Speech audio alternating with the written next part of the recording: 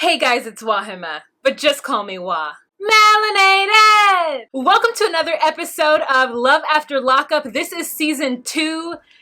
God damn. This is season 2, episode 7, Rings and Runaways. Alright you guys, so I want to give a special shout out to those of you who have been rocking with me since the beginning of this season, and I want to welcome those of you who are new and this is your first time watching this channel. Buckle up, you're going to have a really good time. Leave a comment and give us a like if you like this video. This video is dedicated to Nana and Kevin. I want to thank you guys so much for all your support.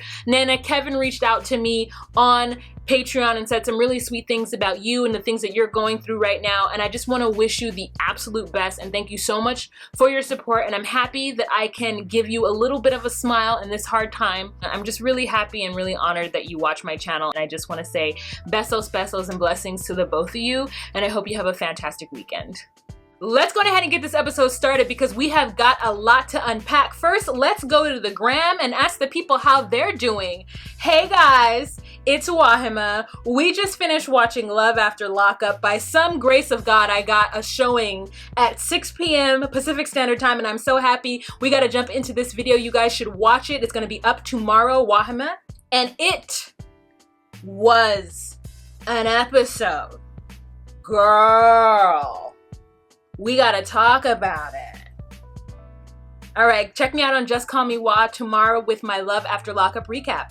So in this episode, we did not have any Lizzie or Scott, but honestly, I didn't start watching it until about 13 minutes into it, so I don't have a recap of the first 13 minutes of this episode. So if Lizzie and Scott were in the first 13 minutes, I didn't get it. But where I did jump in was Clint and Tracy. What turns out to be a bar. Outside for Tracy for 2 hours, and she has not showed up. And where I picked it up at is they were in the middle of their nuptials, and I thought that his vows were really cute, and I thought that her vows were great. I mean, it was a cute little wedding. Her hair looked nice. She was wearing this dress, no Spanx. I hope she didn't spend $500 on that outfit. I want to know how much money she paid for that outfit, because she had to buy the shoes and the dress, because girl did not get her nails done, as we saw later on. And her nails were just indicative of her lifestyle, honestly. Anyways, it was a lovely ceremony. I actually kind of felt so happy for them, and Clint picks her up afterwards and walks her painstakingly to the car. It's a sweet moment, you know? So while they're in the car, Clint says, you know, we're gonna have to make love today. And she's like, well, we made love yesterday. And Clint's like, you know, we're married now. It would be a crime to not make love tonight.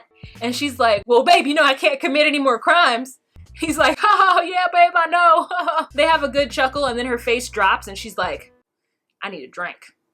Her face drops, and you just think, oh my God, she doesn't want to have sex with Clint. Like, she doesn't like him. Oh my God.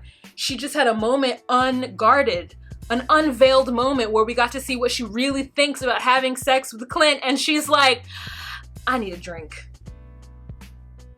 That's where we leave Clint and Tracy at that point. I have to say that I was wrong about her being drunk somewhere because she looked completely sober during her wedding, and her makeup was cute too. Like, I was just like feeling real bad about the way I talked about Miss Tracy last episode. I mean, I still think she's Tricky Tracy, and I still think she looks like Jared Leto's Joker without those eyebrows, but I'm just saying that she looked good for her wedding. So we're gonna leave it off there, and we're gonna go on to some other couples, and then we're gonna circle around and end this with a nice little bow back on Clint and Tracy. So the next couple that we're gonna talk about is Marcelino and Brittany.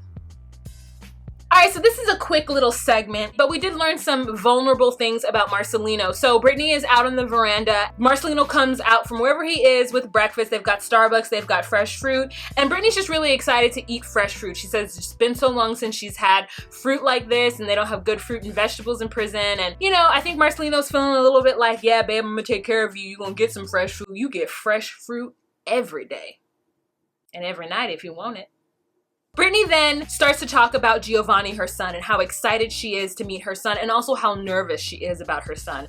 She talked about her time in prison away from her son. She went into prison when her son was 1 year old. She said that if she thought about him too much while she was in prison, then it got overwhelming and she got depressed. But if she didn't think about him enough, she felt guilty about it. And I think that that was a really interesting way. I mean, I just love when Brittany talks to us about her feelings and emotion. I just feel like she's the most emotionally mature mature felon on this show. She's even more emotionally mature than Marcelino.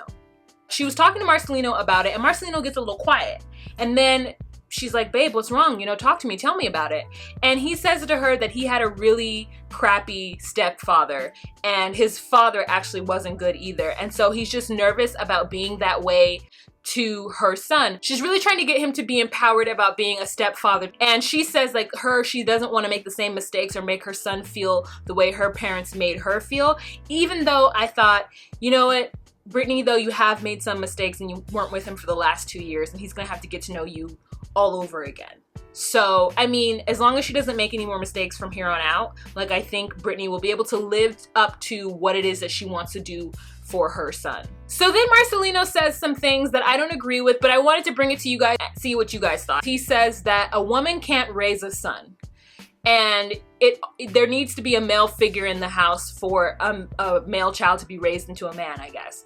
And I just beg to differ, you know? Like, not to say that having a male figure in the house isn't beneficial, but I think that there are plenty of men who grow up to be strong men who were raised by women. Just because you don't have a father in the home doesn't mean that you don't have good and quality male figures in your life. You can have an uncle, you can have a neighbor, you can have a grandfather. It just feels like a little rude to all the single mothers. Maybe he still feels that he benefited from having his stepfather in the house. I personally think that if a house is abusive, it doesn't matter if two people are married. Like, if there is abuse or if there is neglect or something like that happening to children in the house, it's not good at all. So just because you had two people in the house and one of them happened to be a male doesn't mean that you're any more of a man than a boy who grew up in a house where it's just his mother. And then on the flip side, does that mean a girl can't become a good woman if she doesn't have a mother figure in the house? You know, because there are plenty of dads out there who raise pretty good women. So I just think that statement is sexist and wrong, you know? Giovanni does have a father, and his father has been taking care of him for the last 2 years. So if Marcelino is not the man for Giovanni, then it's fine, because Giovanni has a daddy. Just don't be a jerk, which you seem to not be able to do. But let's just hope you aren't a jerk. Let's hope you're nicer to the son than you are to his mother, from what I've seen so far, and more emotionally fit and open. So the next couple throuple that we're gonna talk about is Megan, Michael, and Sarah. Oh my God. Michael is a gaslighter. And now that I know what that word means, he is just gaslighting Sarah, and it's so shitty. So basically they go to see Rings, Michael and Sarah, and Sarah's really excited because Michael is like, oh, I'm gonna get you the ring you've always wanted. So they get there, they look at rings, they agree on a ring, it's $2,000. So after they finished looking at rings, Michael decided that he was gonna pick a fight with Sarah because he said that was the only way he was gonna get himself out of the house. That if he tried to leave her or tried to walk away while they were on good terms, it wouldn't work out and he wouldn't be able to go see Megan.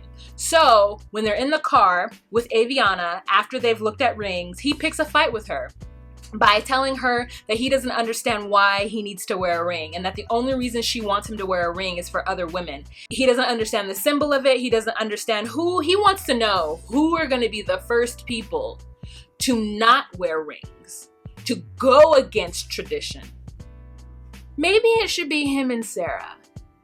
And Sarah's like, I think I deserve a ring. After 6 years and all the dedication, I deserve a symbol of our relationship, of our marriage of the last 6 years. And he's like, why do you need a symbol? And he just really is picking a fight with her, but it does get her upset. And all of a sudden she doesn't want to be around him anymore. In fact, these two are yelling at each other. Actually, to be quite honest, Sarah's yelling at him.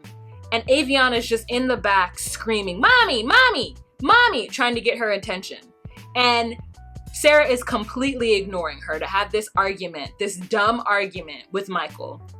And Michael is not even yelling, but he is being an asshole, a big asshole. I now start to see 00 Michael. I don't know if you guys remember in the last episode, he said that he feels like this whole entire situation is like him on a mission. And as a secret double agent, he's got to do certain things in order to make the situation seem valid. Part of those things is having sex with Sarah. Another part of it is making her angry and getting her upset for no reason so that you can ditch her and go see Megan. Michael is top tier, grade A quality fuckboy. I mean, this is like fucked up. He's an asshole. So it works. And they're driving this car and I'm like, whose car is this? Doesn't Sarah have a white car? What is going on? So she gets out of the car when they get back to her apartment and she goes up to go upstairs. He's like, yeah, give me my keys, because she drove there. So he gets the keys, he gets in the car, he gets on the phone with somebody and he starts telling him about Megan. So meanwhile, Megan has landed in Buffalo. She's excited to see Michael. She gets off the plane. There is a man named Thomas holding an iPad with her name on it. And she walks up to Thomas and she's like, hi, I'm Megan. And Thomas is like, Megan? This way. Do you have any bags? Thomas has a Mickey Mouse ass voice. At first I'm like, who set this up? Did Megan set up for her to be met at the airport with the chauffeur? Girl, Michael set this whole thing up. They're gonna meet at some falls. Michael's gonna meet her there. Megan is so excited. She feels like this is so romantic. I'm just like, he actually came through with a surprise for her, making up for all of the earlier shenanery. Megan is right back in there, girl. We're gonna see next episode what happens between the first meeting of Megan and Michael. Like, Michael feels like Megan is selfless and that Megan wouldn't be acting the way that Sarah's acting. And I'm like, little do you know, Megan is expecting a proposal, bruh. So I don't know why you think that Megan is so selfless. As soon as she finds out about Sarah and all the shenanigans, she's not gonna seem so selfless after all. The next couple that we're going to talk about is Matt and Caitlin. The first scene I see with them is he's outside with a golf club swinging at some weeds, pretending to be doing some yard work, and he pulls her around in a wheelbarrow and then she falls out of it. That's what their love and relationship looks like. The next scene we have with them is they go to a restaurant and the waiter comes up. Matt acts like he has never seen a restaurant, never been inside one, never seen one on television. He never ate at any place that isn't a fast food restaurant. The waiter comes over and was like, what would you like? And he's like, I don't know anything. I just got out of prison. Caitlin's like, she's like storing that away as something she needs to tell him for the future to not do. This whole experience is a little overwhelming for Matt because he says that A, he's never been on a date. B, he's never even been in an Uber. Like, the idea of somebody driving him somewhere is just like very weird for him. Caitlin has to show Matt how to take the appetizer and put it on a small plate. Can you put the napkin in your lap in case food flies out of your tooth hole? And he's like, food ain't never fall out of my tooth hole. And she's like, so you think? Food has definitely flown out of your tooth hole. And just the turn of phrase tooth hole is just so weird. Tooth hole. It sounds like so gross and like dirty. Here's your tooth hole. Then Caitlin says to him, so are there any hidden surprises that I need to be made aware of? Anything going on? Any other issues? And he's like, what do you mean, charges? And she's like, okay, charges. He's like, maybe. And he's just like shoveling food into his mouth. Okay, so we need to talk about that because we need to make sure that you don't go back into jail. You know what? If I go back to jail, it is what it is. It's whatever. And she's like, what about me? Wait, you wouldn't be with me if I went back to jail? No, I can't stay with you. I'm not going to put my life on hold for another 10, 12 years. You know, I'm 32. If you go to prison and come out in 12 years, oh yeah, you'll be 44. And she's like, yeah. And he's like, damn, girl. And she's just like, can we be serious? And then we have this really weird shot of her when we talk about her age. Like this really extreme close-up on her for no reason. Like every other confessional shot of her is like this. And then when we get to that one part where she's talking about him and him going back to jail and her being old when he gets out, they're just really up close on her face for some reason. What was this choice about? Earlier in the episode, he makes a comment. He says that he doesn't really like to work and life on the inside is easier. He doesn't like prison, but he thinks life on the inside is easier because he doesn't really like to work. So then Caitlin says to the cameras that she's really worried about him going back to prison because he doesn't like to follow rules. He likes to do what he wants to do. He considers himself an outlaw. So he just doesn't want anybody to tell him what to do. And that's very concerning for her. He says to her that he doesn't want to live his life for somebody else. And then that's when I know that he really doesn't understand what marriage is. He's never going to be the man that she wants him to be. And I think Caitlin's really starting to see that because even in her confession, she says she's very worried about a lot of things that he's saying. Because you can't say you don't want to live your life for someone else and then in the same breath tell a woman you want to marry her and have kids with her. That's all living your life for someone else. And so she's like, well, then you like prison. You love prison. And he says, no, I don't love prison. I love the things that happen before prison. And she's like, oh, okay, that. Great. Now I know. That sums it up. Good to know that distinction. So the thing you're doing right before you get sent to prison is the thing that you love to do. Cool. Then he starts talking about meth. He talks about how great the high is of meth and how superior he feels on meth. Even more superior than he feels regularly. She just needs to punch him in the face and run. She needs to push him off a bridge and skedaddle. How does that person go to being a normal, functioning member of society? How old does that person have to be, and how many times does that person have to go to jail before that person becomes a functioning member of society? Caitlyn is about to have the biggest heartbreak of her life. And now the last part of their segment, which had me so shaking in my boots, girl, he tried to DoorDash and made her even get up and walk towards the exit. And she was just like, what? I no. I mean, at first she stood her ground and she sat there, and then he pulled her up and she like got up and was like so terrified about, I'm just like, the cameras are there. Like, how come she's not like, you guys got this, right? Like, he not about, like, it was just, what? And then he's like, I'm just kidding. I wouldn't do that. You think I would do that? And we're all like, yeah, Matt, we do think you would do that. We 100% do. Girl, turns out he has his mom's credit card. And I knew that he had his mom's money, but I didn't know she gave him a looks like an Amex Gold card.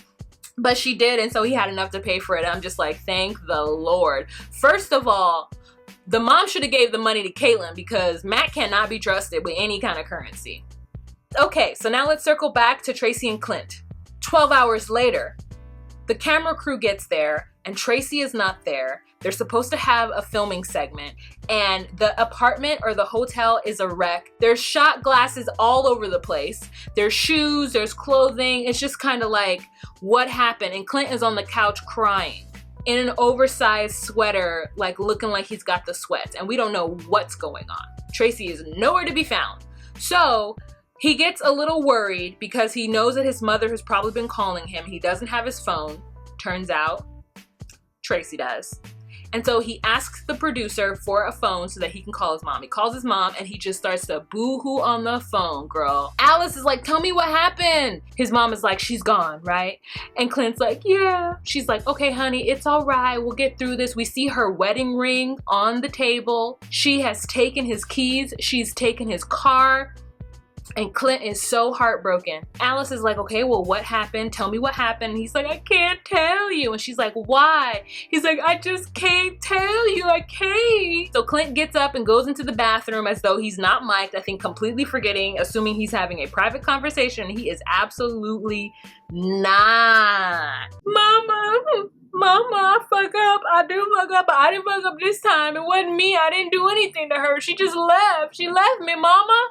And Alice is like, Clint, I know you didn't, sweetheart. Sweetheart, I know you did not. Tell me what happened. Tell Mama what happened. I'm your mother. Tell me what happened. Mama, I can't tell you. I can't tell you, Mama. It's real fucked up, Mama. I can't tell you. She got a problem, Mama. It's motherfucking crack.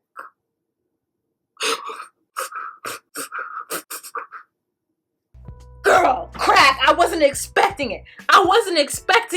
Crack.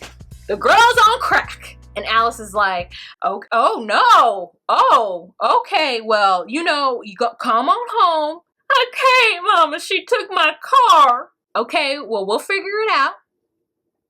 Mama, I love her.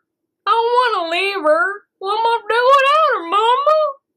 Clint, you can always get it a no. No, Mama, I didn't want to do that. She my wife. I just got married to her. I don't want to leave her now.